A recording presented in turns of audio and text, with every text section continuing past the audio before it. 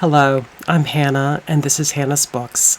Yes, here I am with wet hair, fresh out of a cold shower, with no headscarf. Our house is incredibly hot today. I hope you can still recognize me. In celebration of one of my favorite BookTube theme months, Jane Austen July, I'm reading Pride and Prejudice over the last few weeks of the month. Today, I'll be talking about the first of the 3 sections, and on each of the next 2 Sundays, I'll post about the following sections. I've had the great pleasure to read along with Steve Donahue. In his announcement video at the beginning of the month, I think Steve said he'd probably read Pride and Prejudice at least 100 times. Despite the fact that I am nearly twice his age of 28, I am still way behind him on that count. Nevertheless, Pride and Prejudice is one of the maybe 3 books I've read over and over and over again as I've matured. I first read it when I was an early preteen, and even back then, I loved it right from the very first sentence. What a perfect first line. It's a truth universally acknowledged that a single man in possession of a good fortune must be in want of a wife. Even as an 11-year-old, or whatever I was, that sentence totally cracked me up.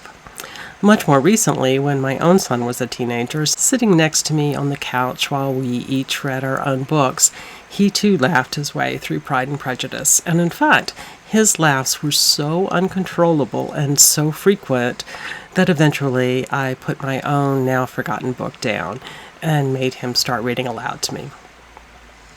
I was surprised to run across a reference to Jane Austen's novel last night as my husband David and I were sitting on the same couch watching the first episode of Season 8 of the television show Endeavour, the prequel to the Inspector Morse series.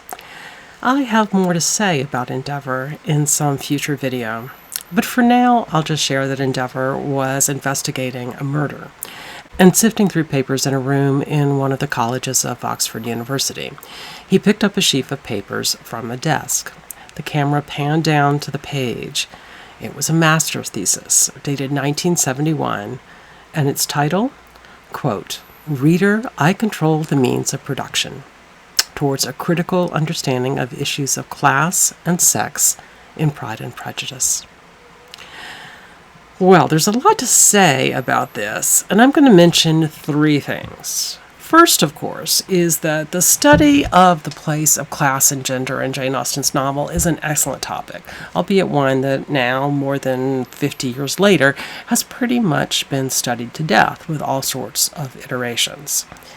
Still important, obviously, and I'll talk a bit more about that in one of the future videos this month.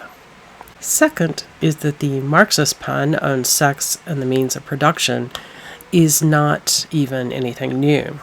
Back in the 1980s, it was a common joke to append the phrase "in bed" or "between the sheets" after an innocent phrase in order to say something playfully risque. One of my friends and I love to, exploit the risque possibilities of using famous lines from Marx and other critics of capitalism. Workers of the world unite in bed.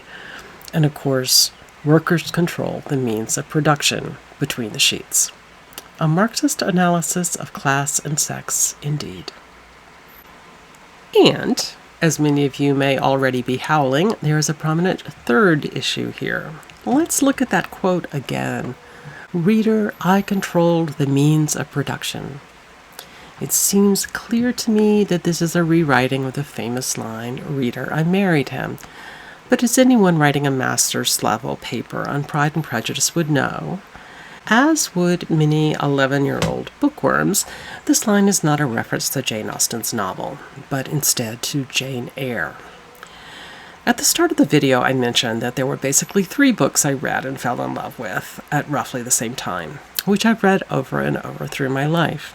In addition to Pride and Prejudice, Jane Eyre was on that list, a book I've always loved even more deeply than Pride and Prejudice. I think one of the reasons is because I so strongly identified with Jane Eyre herself. Plain but smart, quiet, yet also having to learn to control what too often can feel like rage.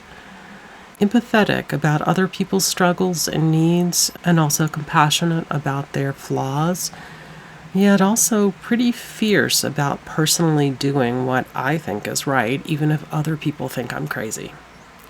At the same time, I was no Elizabeth Bennet, with her sparkling playfulness and social ease and sharp-tongued wit. I also think I was initially drawn to Jane Eyre because it was fundamentally a Bildungsroman. At 10 or 11 years old, I was more interested about the story of growing up, turning from child into independent adult woman, than I was in the romance of Elizabeth and Darcy. Yes, Charlotte Bronte's novel is also about romance, in kind of a strange way, and Pride and Prejudice definitely tells us how both Elizabeth and Darcy grow up a bit. But that's not the main point of Austen's book. The third book I read then and have read over and over again is another Jane Austen book, Emma. And like Jane Eyre, Emma is in many ways a book about growing up, maturing, changing, and growing. Yes, it is love that helps Emma mature, although I don't think she saw that love as romantic for a long time.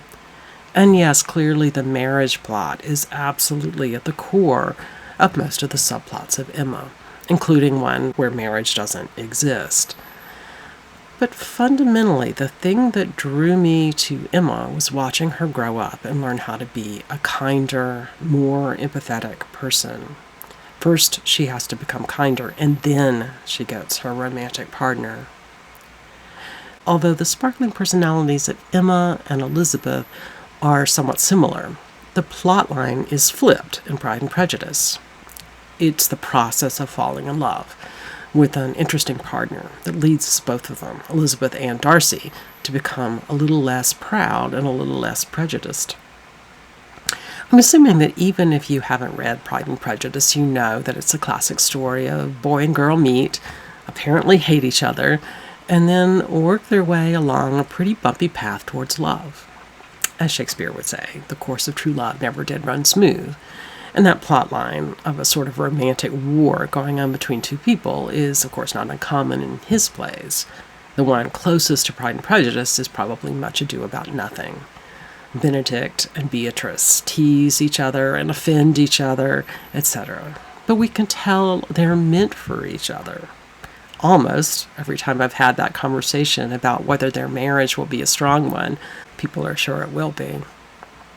I think Elizabeth and Darcy may have the same kind of bond, one where they're going to continue to argue, but their grittiness will allow them to polish each other and help them continue to grow as people.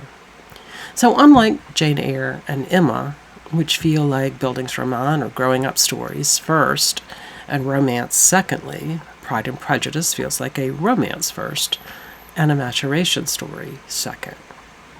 And of course, Pride and Prejudice is more than just a romance with a few becoming a better person parts. Perhaps the best part is the perfect writing, starting with that first sentence. Austen is clever and funny, and she can give the smallest little story or detail in a way that subtly highlights all the alliances and tensions existing in a scene. Pride and Prejudice is also an excellent satirical work, making fun of some of the main conceits of the literature she grew up with, and also pointing out some of the ironies of the society in which she lived as well. I think those angles are ones I totally missed when I was first reading the book, but they become increasingly clear to readers as we grow up ourselves. I'll talk more about Jane Austen's satirical vision in one of the future videos, but next time I want to talk about how Jane Austen paints both her main characters and her side characters, what similarities they share, how they contrast to one another, and how that mirroring and antagonism works to highlight their personalities and further the plot. Well, I think that will do it for this very hot day. Thanks for joining me. See you soon here on Hannah's Books.